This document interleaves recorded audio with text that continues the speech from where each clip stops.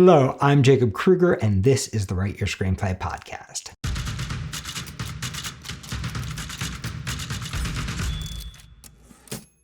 This week, we're going to be talking about connecting to your character's emotional need. Now, what am I actually talking about when I say emotional need? Usually when we talk about characters, we don't talk about emotional need at all. We talk about their tangible goal, right? Their tangible object. What do they want? What are they going for? What's their dream? What's their goal? If you want to talk in acting terms, what's their super objective? What's their intention? What's their objective in the scene? What's the thing they want more than anything else that they're trying to get? If you want to talk in Hitchcock terms, what's the MacGuffin that everyone's trying to get in the movie, right? So we're really comfortable with this idea of the tangible object. For some examples of a tangible object, in Raising Arizona, everybody wants the baby. Everybody's trying to get that baby. In The Godfather, Michael wants to avenge his father's death and protect the family. In The Handmaid's Tale, Offred, June, wants to escape her captivity and save her children.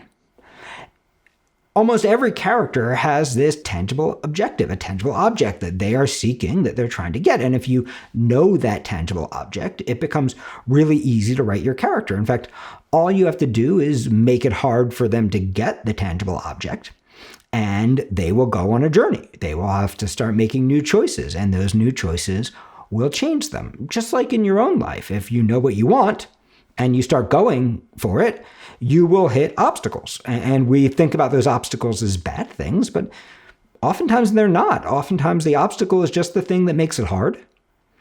And the thing that makes it hard is the thing that forces you to learn who you really are and to make choices you've never made before and to experience who you really can be. If you've ever had a great creative partner, great director, great actor, that great actor, that great director, that great set designer, that person doesn't just go, okay, sure, anything you want, boss, right?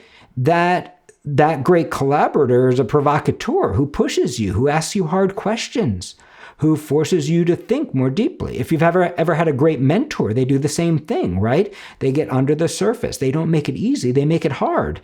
But in making it hard, they force you to discover who you really are as a person and as an artist and as a writer. So in the same way with our characters, if you know the tangible object, you attack the tangible object and you make it hard, and the character has to make new choices, and that sends them on a journey. Which raises two really interesting questions. Number one, what do you do if you don't know what the character wants? And number two, why is it that we care so much about what some characters want, and we don't care at all about what other characters want? Why is it that sometimes you go to see a movie and sometimes the character wants something that you don't even connect to? If you're watching There Will Be Blood, the character wants oil, right? How many of us are seeking oil? Like how many of us are like, yeah, that's my dream. I just really want to be an oil man, right? Most of us don't have that dream. So why do we care about Daniel Plainview? If you watch The Wrestler wants to wrestle again. Well, most of us don't have the desire to get the crap beat out of us in a ring by a 300-pound man, right? Most of us don't connect to that tangible object. So why is it that we care about The Wrestler? And yet there are other movies that you probably watched where it's like, they're trying to save a baby or save the world. And you're like, bleh, who cares? This feels so fake. I don't get it. I don't connect to it. I don't care. What's really interesting is sometimes we root for characters pursuing tangible objects that we don't even agree with. So if you think of Breaking Bad, we don't agree, hopefully, with the idea of becoming drug lords. We don't agree with the idea of manipulating the failing student who's who believes in us and looks at us like a father towards his addiction so that we can get what we want. We don't believe in lying to our spouses, right? Lying to our children. We don't believe in any of the tangible objects he's going for. So why do we care about Walter White?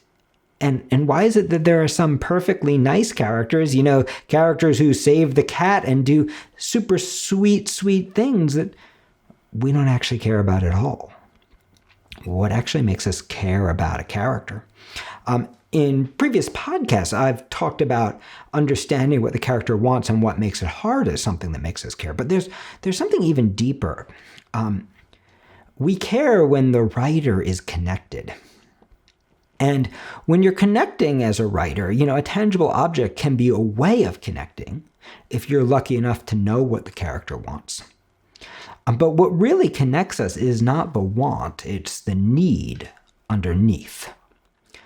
When you write from emotional need, you're kind of getting under the surface of the tangible object, and you're discovering what the tangible object actually means to the character. What does it mean on a primal level? What does it mean on a core level? What does it mean on an animal, reptilian level? What does it mean on the collective unconscious level, right? Jung had this idea of the collective unconscious. And what Jung basically said is, in our subconscious minds, in our dreams, that we could connect to the fabric of the universe, right? The fabric that ties us together. So in our waking state, when you look at me or I look at you, you go, oh, well, you're not Jake and Jake's not you. We're different people. But what Jung said is that in our dreams, we could actually connect to the communal experience, the group experience, the carefully woven fabric that ties us all. And in that way, we could find archetypes that actually mean the same thing to you that they mean to me. And in this way, we can actually understand the way that we are all connected. A guy named Campbell came along, and Campbell said, well, if Jung is right, and there's this collective unconscious that ties us all together, that we all share, well, there must also be such a thing as a collective story, right? A story that ties us all together. And that if we could simply tell that story, which he called the hero's journey, then we would be telling a story that's universal. And of course, what Campbell did was he labeled and he named all those different archetypes and all those different archetypal moments, just like Jung did. But oddly, when a lot of writers try to use archetypes, they don't actually end up writing archetypes. They actually end up writing stereotypes.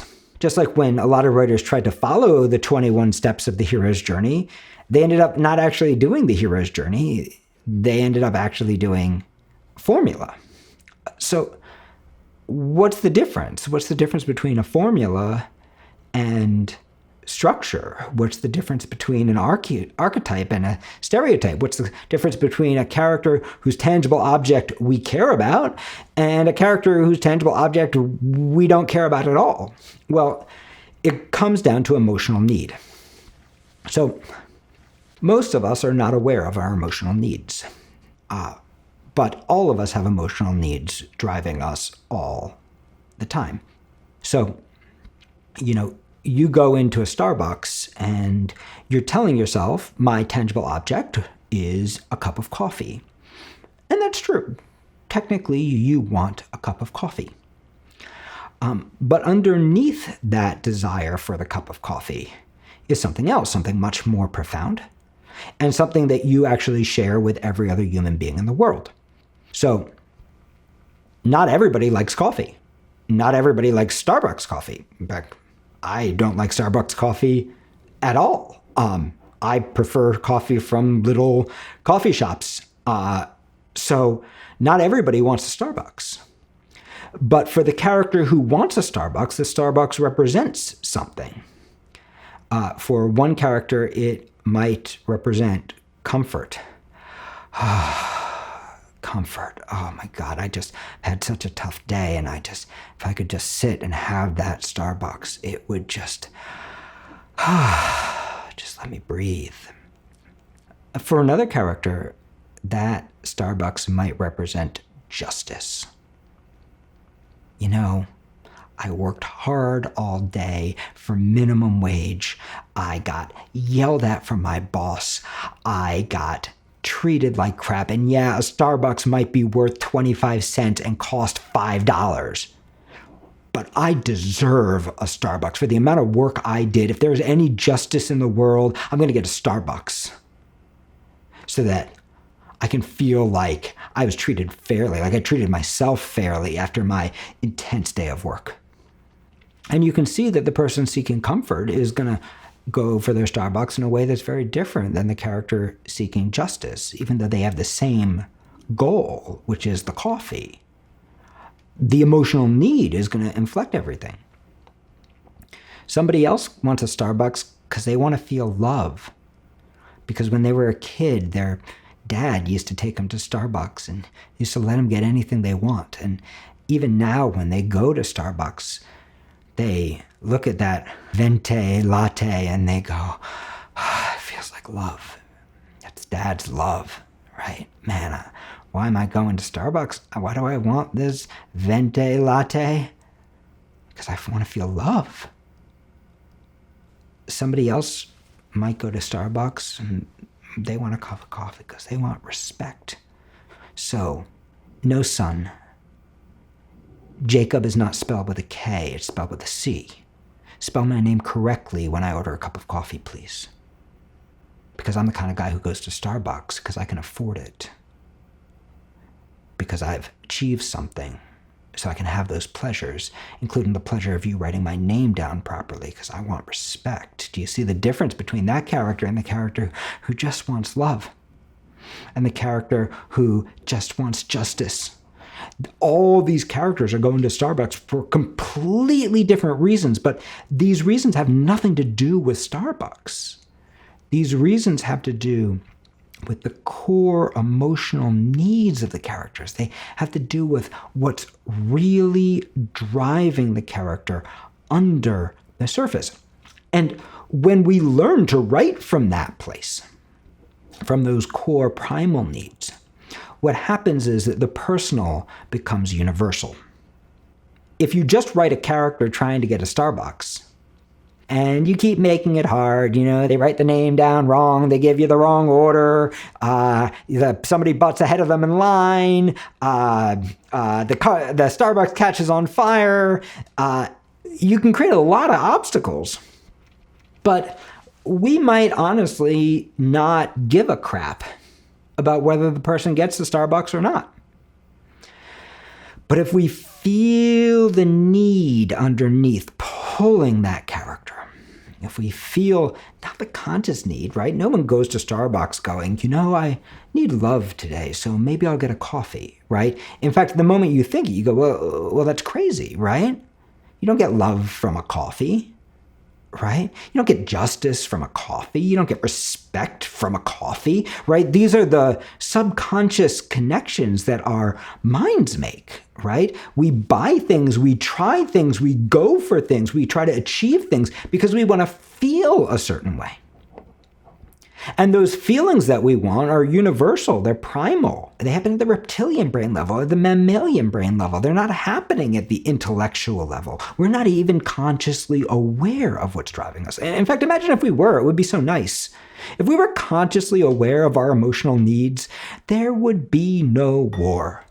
You could meet your friend and be like, how you doing? Man, I really need some respect. Well, I really need some validation. Okay, cool. You're doing great. I've always looked up to you. Everyone feels better. Napoleon, how you doing? Thinking about taking over the world. I just need to feel some validation. Oh, did I mention you look fabulous? Oh, thank you. Thank you. Okay. Actually, I feel better, right? If we could actually say what we needed, we wouldn't have to pursue these crazy things. But what happens is these totally positive desires, love, respect, comfort, justice, safety, right, meaning, right, these simple needs get confused with their tangible objects. We have no money and we're sitting out in the rain trying to get the newest iPad. right? Trying to be the first. And it's not because we want an iPad. It's because we want to feel creative, because we need meaning in our life, right? But we think the iPad equals meaning. We buy a $50,000 car. Buy a BMW. That's not because we're going rationally, what's the best way to spend my money? I think, let me buy a depreciating asset that is going to be worth $10,000 less as soon as I drive it off the lot. We're not thinking practically, I need to get my family around, therefore I need this BMW. It'd be better with a minivan. We're more likely thinking I want people to know I'm freaking cool. I need a BMW. I need people to know that I've made it. I need validation, or I need respect, or maybe I need justice, or maybe I need love, right? We confuse those feelings with the tangible object. And in a way, thank God we do, because if we didn't confuse emotional needs and tangible objects, nothing would ever happen, right? We would just sit around going I need love. Okay, I love you, right? And our lives would be, I guess, nice, but there wouldn't be a lot of movement. The emotional needs are actually what move us towards a tangible object. It's what makes the baby in Raising Arizona matter, right? It's not the baby. Sure, we all love babies, but it's not the baby, right? It's the emotional need underneath it. It's what makes oil matter in There Will Be Blood, right? It's the emotional need for success that's driving him, for respect that's driving him, right? It's not the $1 million of fake money in the fake briefcase that we all know doesn't exist, that we're trying to heist, that makes it matter. It's the emotional need. It's what does it mean? This is why in every heist movie, it's never about the money. The money's fake. It's fictional money in a fictional movie. It's about what does the money mean? It's why it's always the last heist, because it's never about the heist. It's always about what does the heist represent? So this is the concept, right? Under every tangible object is an emotional need. If you push on the tangible object hard enough, if you make it challenging enough, the character will start to make big choices, and those big choices will eventually reveal the emotional need underneath. So one way of approaching, if you're a very conscious mind writer, right? If you're a very analytical writer, if you have trouble accessing your own emotional needs, cool. Well, choose a tangible object, make it really hard, force the character to start making new choices, and eventually you're going to suddenly feel something. You're going to be like, oh my God, it's not about the briefcase. It's about love. Oh my God, it's not about the briefcase. It's about justice. Oh my, think about Hell or High Water, right? Oh my God, it's not about robbing the banks. It's about justice. And that's what makes us care. And that's where the trick ending comes from, right? It's never actually about the tangible object. So if you know the tangible object, but don't know the emotional need, keep making it hard. The harder you make it, the more the emotional need will start to bubble to the surface. The more new choices the character makes that only they would make, the more you'll learn about what their emotional need is. And once you get their emotional need, you get them.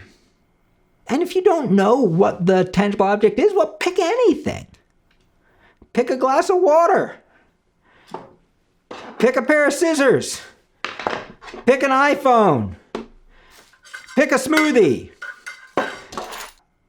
Pick this roll of tape. I have so many drinks. Pick this seltzer. Pick this remote control. Pick this touchpad. Pick this magical button device. Pick these worn out headphones. It doesn't actually matter what you pick. It matters you pick something, and that something matters to you. Pick that tangible object, look around the room through your character's eyes, see what shiny object is interesting to them in that room, or see what shiny object is interesting to them that's so big that's going to drive them through a whole movie. Pick that object because the object doesn't matter. The object's only there to help you and the character understand their real emotional need. But if you're a more intuitive writer, and it's hard for you to connect to tangible objects because you're like, I don't care about the headphones. I don't care about the drink. I don't care about the touchpad. I don't care about any of those things. Well, the other way to do it is to connect to the emotional need. In my classes, I teach you guys some hypnotic techniques that let you get under the surface and connect to the emotional need. So if you want to learn that, yes, you can do it using hypnotic techniques. You can do it using craft techniques. In fact, if you get really good at isolating visual moments of action, another technique that we teach, you can actually use your inner eye and the technique of craft to connect to the emotional need. You can use the structural technique that I just taught you, figure out what they want and make it hard. But you can also go inside and you can feel your own emotional need. You can feel that emotional need. You can close your eyes. You can take a breath. You can feel the emotional need that gets hot in you when you think about your character. It might be love. It might be meaning. It might be respect. It might be justice. But it's going to be one of those needs. This is how you know you're at the real emotional need. It's one of those needs that literally everyone has. If you want a list of needs, you can look up Maslow's pyramid of needs. That will give you some way of thinking about them. He breaks it down to 3 different kinds. The easiest needs to write from are the mammalian brain needs and the reptilian brain needs, right? Those core primal needs. But you can also write from the more intellectual needs like meaning, transcendence, those kinds of needs. It's easier to write from needs that are from somebody else, like I need this from you is easier to write from I need this for you. But you can also write from I need this for you. But you want to find the emotional need that's hot for you. You want to give it a name. If you're kinesthetic, you want to feel it in your body. And you want to get really curious about what it feels like. Notice exactly where it is. Is it big or small? Is it hot or cold? Is it rough or smooth? If you're visual, you want to look at it and see what it looks like. Is it black and white or color? Is it, does it have a shape to it? Does it have a color to it? Is it moving or is it still? Is it inside of your body or is it outside of your body? Is it large or small? If you're auditory, you might notice, does it have a sound to it? What does it sound like? So you can use your different senses to connect to that need, and you want to give it a name. And that name might be one of the names I gave, like love, or you might be like, oh, it's that squishy part that sits on my heart. It's that tightness I feel right here, right? You want to give it a name. And then you want to give it to your character. And you want to turn up the volume on it.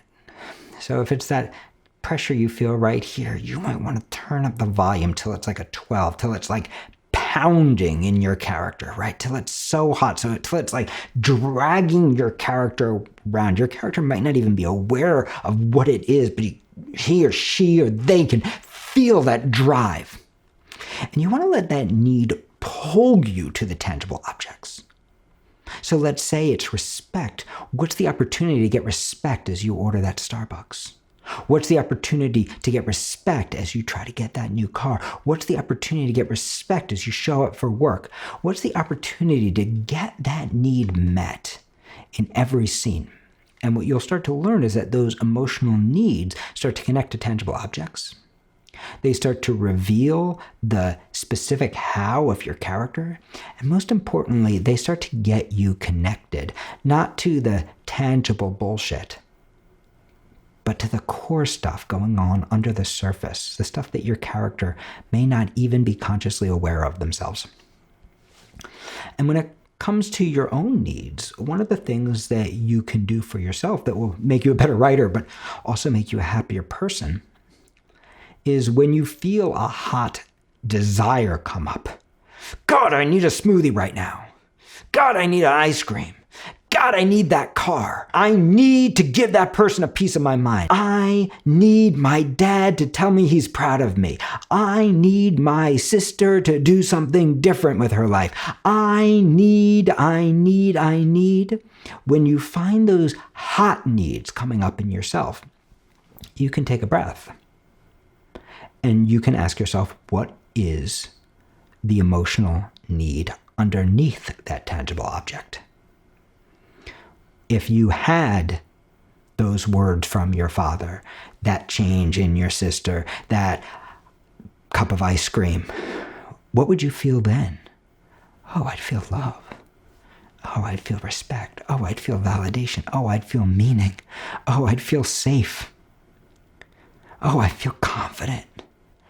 When you notice what that need is, it allows you to get curious about the structure for your character, but also about structure for yourself. What are the other ways to feel that feeling you need? What are the things you could do right now that would give you not the tangible object, but the feeling?